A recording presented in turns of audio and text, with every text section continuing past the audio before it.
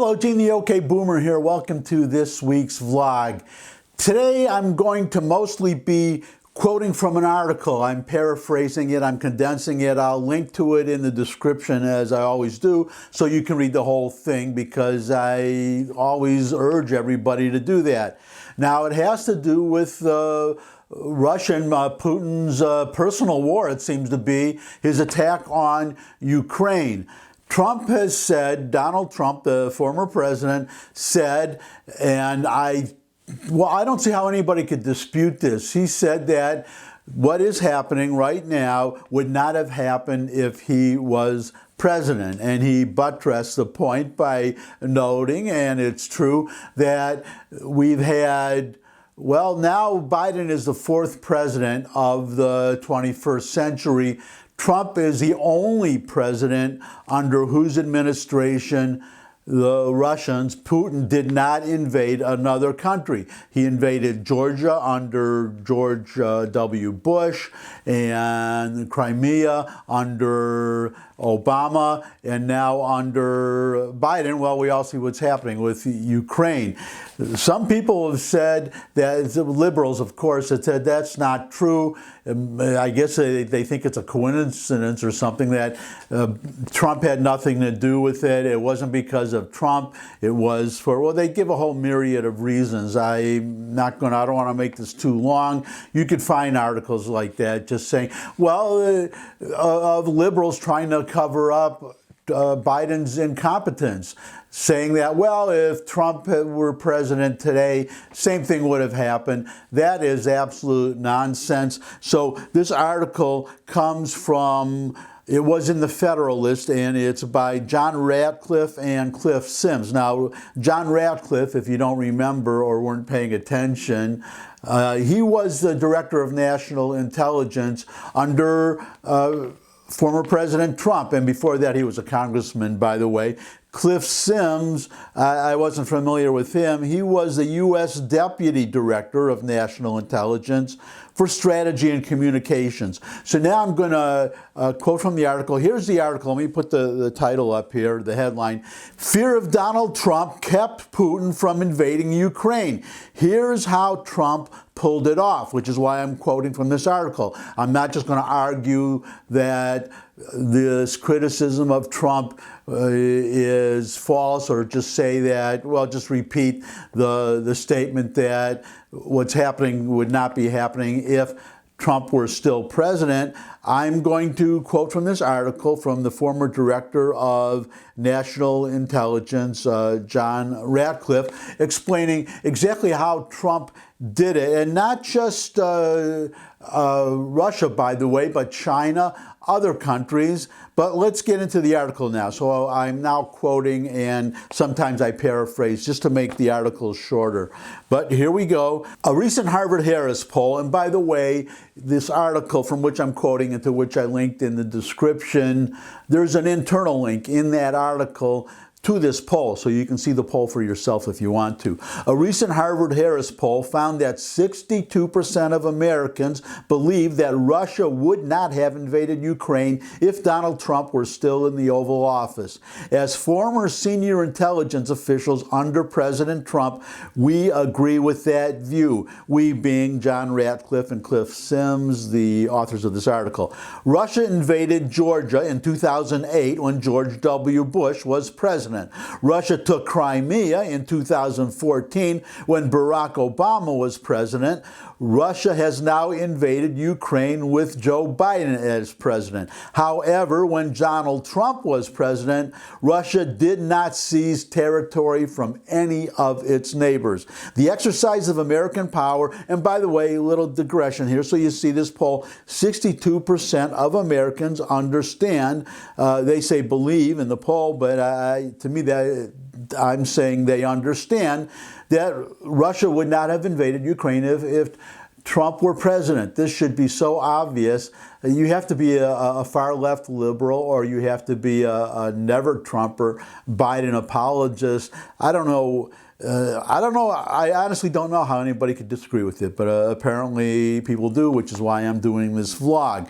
The exercise of American, getting back to the article, the exercise of American power to deter adversaries is a complicated business.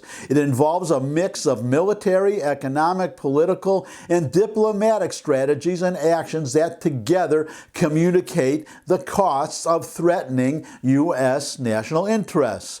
Ultimately, the art of statecraft boils down to whether a president projects American strength that deters adversaries or projects American weakness that emboldens our adversaries. So how did Trump succeed in containing Putin while the Russian autocrat has run wild with others in the White House? And here's a list, short list, and then we'll go into detail in some of the items on the list. Number 1, rebuilt the American military. 2, crusaded for American energy dominance. 3, set the tone by launching surgical missile strikes in Syria in early 2017. 4, developed strong relationships with Middle Eastern nations based on mutual interests. 5, was ruthless with the Taliban while winding down the Afghanistan war. 6, crushed the ISIS caliphate. 7, demonstrated a consistent willingness to take out the bad guys. 8, stood up to China. 9, strategically used unpredictability as an asset in foreign affairs. 10, advanced tough Russian policies and provided lethal aid to Ukraine while maintaining an open dialogue. So let's start with that number 10. As we all know, Trump sent Javelin missiles, anti-tank missiles, to Ukraine. Obama sent blankets. Remember, he sent blankets. Ukraine, Zelensky asked for President of Ukraine, President Vladimir Zelensky. He asked for javelins and weapons, and he got from Obama and his vice president, Joe Biden, he got blankets. And I guess this was while Biden was not busy pressuring the president of Ukraine to fire the prosecutor that was investigating the corrupt Burisma company on whose board Biden's son Hunter sat. But that's another story. Anyways, you've got that list. I put it up. So now let's just go through a couple of items from the article, and then I'll jump in with a couple of my own observations perhaps. But here we go. When President Trump initiated the process of ending America's longest war, that would be in Afghanistan, he reminded senior officials of America's humiliating withdrawal from Saigon at the end of the Vietnam War, and said we must do whatever it takes to leave in a safe, orderly, and dignified way. When military leaders bemoan the costs and logistical challenges of bringing home our equipment, the President, Trump, said that he did not care if it was a helicopter or a styrofoam cooler. If it had an American flag on it, it was either coming home or getting destroyed to keep it from falling into the hands of our enemies. He vowed, this is important, he vowed that we would leave on our terms or we would not leave at all. President Biden, on the other hand, abandoned the strategically important Bagram Air Base, cost the lives of 13 American service members, and ultimately this led to the Taliban parading victoriously through Kabul with billions of dollars, $85 billion, by the way, of American combat equipment, which I'll just throw in here, Ukraine could probably use. But no, the Taliban have it, thanks to Joe Biden. And that, in my opinion, could be one of the most important points to take from this, that Biden's cowardly, craven, incompetent withdrawal from Afghanistan for no other reason than to give him a photo op on the 20th anniversary of 9/11 to have us out of Afghanistan by that date, no matter what happened. The point is that Putin was watching. All of our adversaries were watching. Putin, the Russians, the Chinese, Iran, and this will be another vlog, but it looks like we're about to give everything to Iran, another sign of weakness. The point is that Biden's weakness is emboldening our adversaries, and it's exactly the opposite of Trump. They honestly were afraid of Trump. Nobody's afraid of Biden, and Biden's afraid of just the left wing of his party. But again, that's another vlog.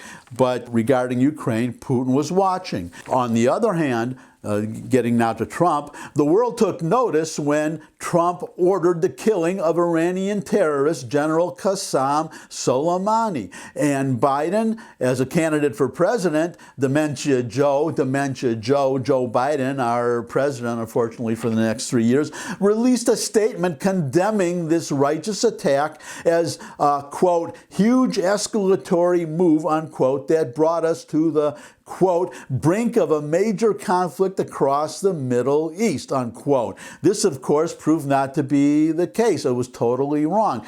But it illustrated Biden's unwillingness to do what it takes to establish critical deterrence. Again, in complete contrast to Trump. So now let's talk about Russia, because this is all about Russia and Ukraine. So let's talk about Russia. Trump was, and this is another narrative we can shoot down right now, this notion, this claim by our friends on the left that Trump was a Putin puppet or was weak on Russia, weaker than Biden. I mean, give me a break. But Trump, according to the author, John Radcliffe, Trump was much tougher on Russia than the media have led people to believe, while Biden has been far softer.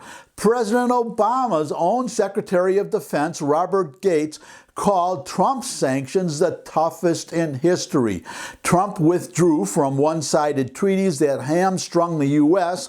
while Russia violated the terms. And let's not forget, it's not in the article, let me just remind everybody, Trump killed 200 Russian mercenaries in Syria. They threatened U.S. troops in Syria, and Trump killed 200 of them. So to me, I mean, that's being soft on Russia. And by the way, so the lesson obviously was for the Russian troops, don't attack our troops. And they didn't while Trump was president. Biden, on the other hand, appeased Putin, handing him his top two geopolitical priorities on a silver platter. He unconditionally extended the new Strategic Arms Reduction Treaty, allowing Russia to continue building tactical nuclear weapons while constraining our ability to modernize. And while Trump imposed sanctions to stop Russia's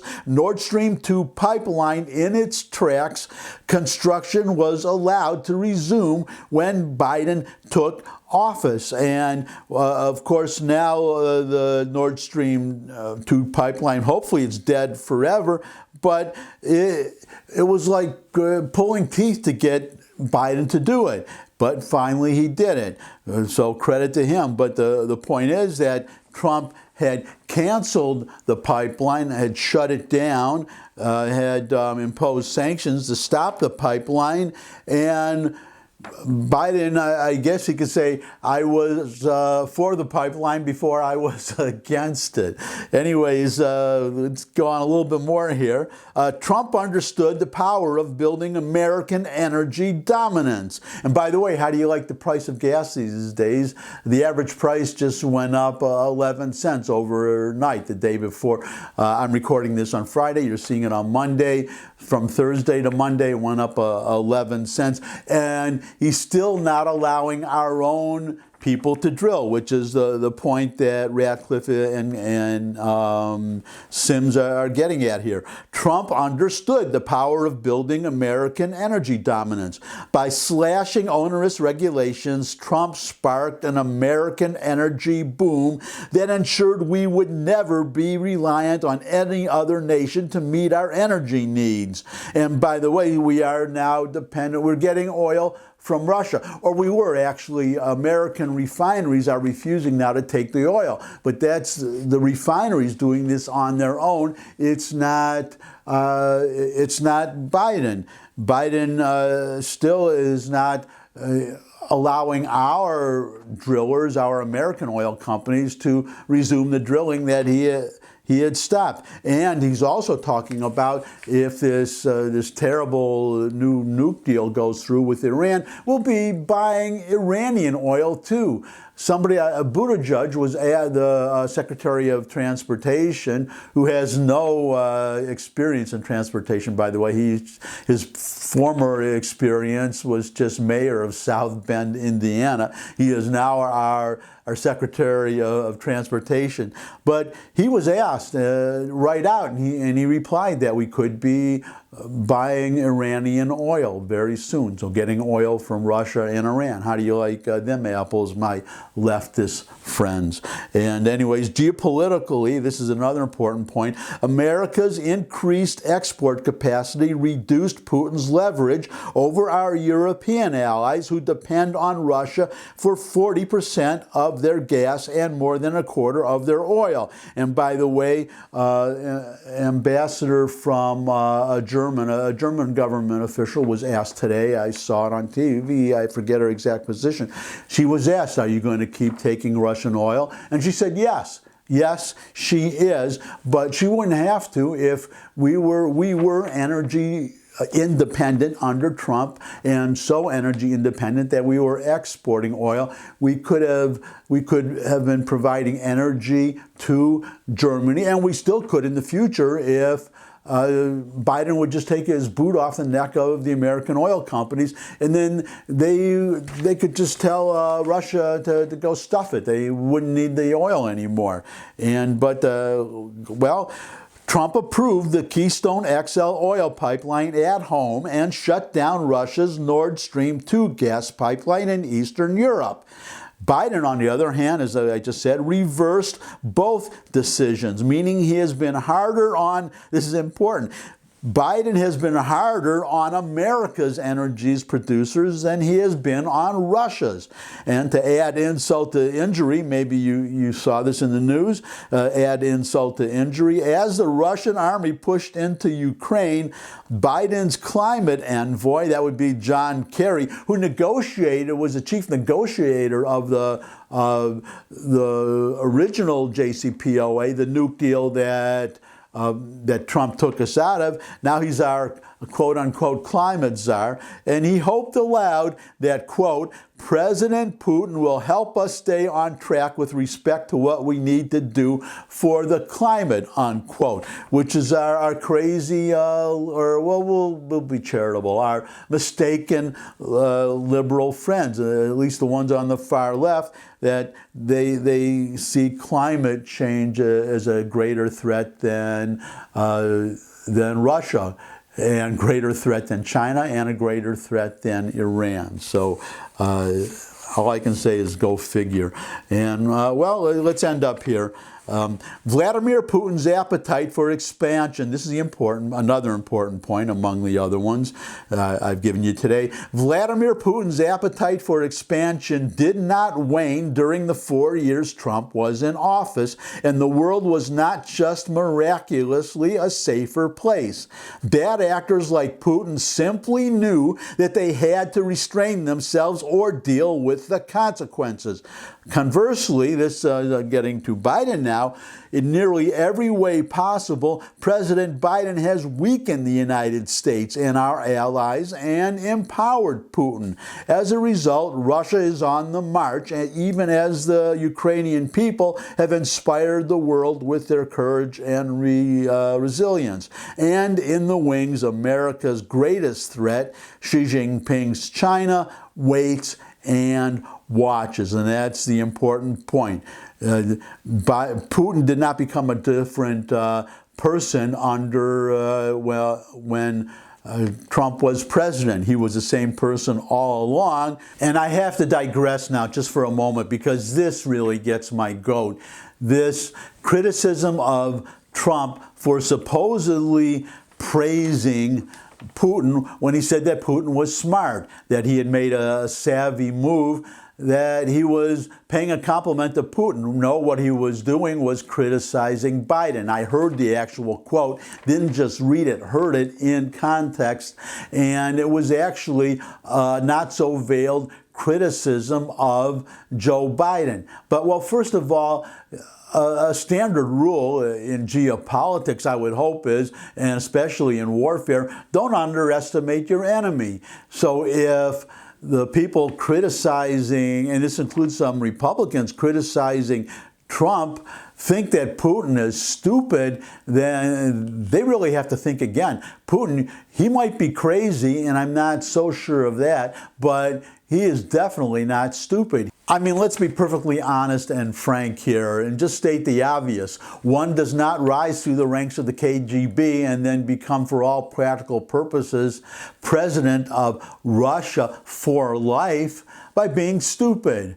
Putin undeniably is smart. To say that he's smart is simply to point out the obvious and to not, as I said a moment ago, to not underestimate one's enemy. But if you listen to the actual quote, hear Trump in his own voice, it's obvious that he was not referring to Putin being smart intellectually. He meant Putin being smart tactically. How? By not invading another country while Donald Trump was president. That's what he meant, being smart enough to wait to see how the election went, the 2020 election, to see whether Trump would be reelected, and when he wasn't reelected, to see what kind of president Biden would be. And he saw in Afghanistan what kind of president Biden would be. And in other ways, he's met Biden personally. He met Biden personally before invading these other countries. So he knows very well that Biden is not all there upstairs. He's not, he has dementia. Just put it all together. Smart enough, number one, not to invade another country when somebody sharp and strong like Trump was in the White House, but to take advantage of a weak and not very bright and not very smart President Biden, and to invade at that time and to go all in because of not wanting to take the risk that a strong person could succeed, that Biden would be a one-term president and that a strong president, likely Trump himself, would succeed him. So that's all he meant. He's smart. I have to agree with Trump that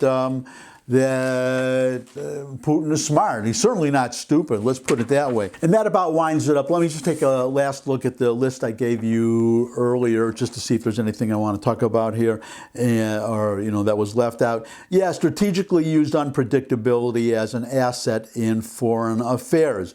I think that that's an act that Trump puts on, that he is deliberately unpredictable. I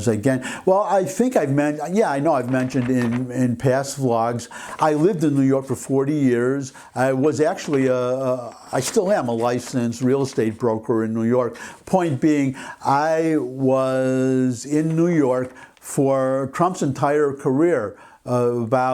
I came to New York in 1977. That's about 2 years after he bought and turned around the Commodore Hotel.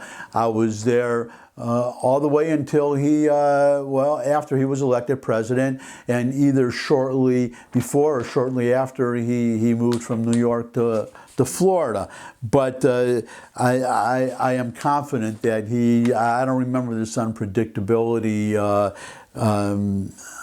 I just think it's an act. Let's just leave it at that. I think he's a lot smarter than people give him credit for. I guess the evidence would be how his policies have turned out, or compared to how Biden's policies are turning out. But that's another vlog for another day. This, I suspect, was a very long one. So I'm going to end here. As always, thanks for stopping by. I really appreciate the time that you spend with me.